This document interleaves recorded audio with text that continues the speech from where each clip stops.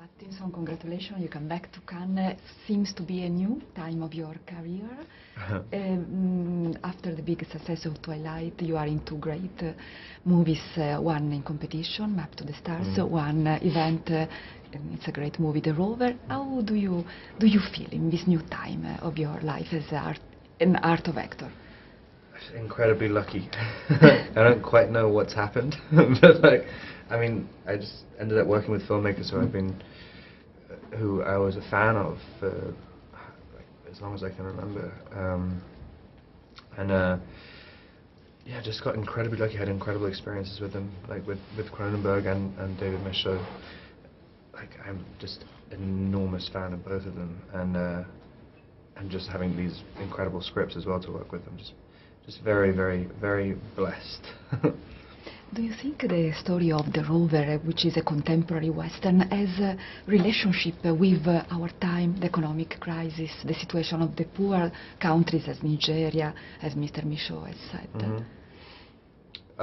Yeah, no, I think it's very relevant. I think even though it's set in the future, I think if there's something strangely real about it, when we're shooting out in Australia, a lot of the areas where we were shooting have been are used for mining and stuff, and just sort of seeing how much the country can get wrecked, it really does. It creates a new environment when it does feel kind of wild. It feels like the Wild West afterwards.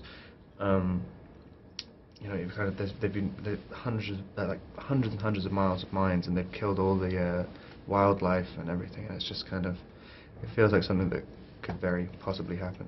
Sure. A question about Map of the Stars we are going to see tonight and tomorrow with the official presentation. What image of Hollywood is giving the movie by Mr. Cronenberg, and do you think it's real? There's definitely an aspect of it that's very much like a lot of the Hollywood I've experienced. I mean, but I don't know. I mean, it's quite scathing, but at the same time, it's very much a comedy. I mean, there are plenty of crazy people in Hollywood, and it's basically about completely crazy people. Everyone in it is nuts. But yeah, I mean, there's definitely that dark side to it, but there's a very, very positive side to Hollywood as well. And it's kind of, I think it's a really nice environment to be in. Yes, interesting. How do you think to the time of Twilight today? Now you are in Cannes with two movies. This is a new film. Extremely fondly. I mean, I had such a great time and great experience doing it, and I wouldn't be able to be doing these things now. I mean, it's just been such a strange ride from the beginning. Kind of as soon as I did that first movie, my entire life's been this like a roller coaster afterwards.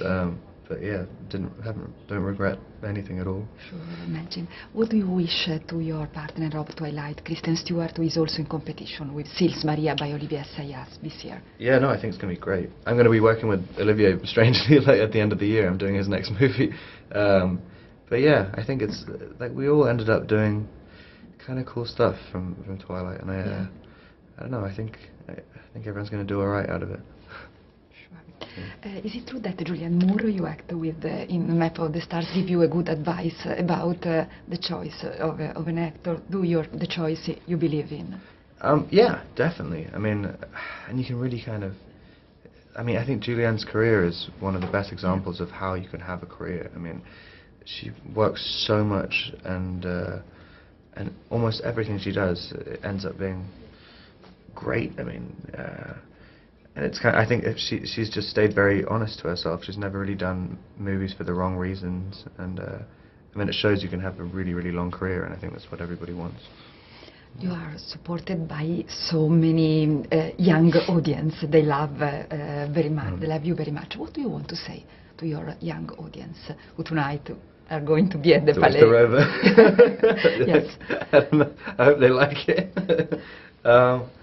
No, it's nice having young people and being able to kind of introduce them to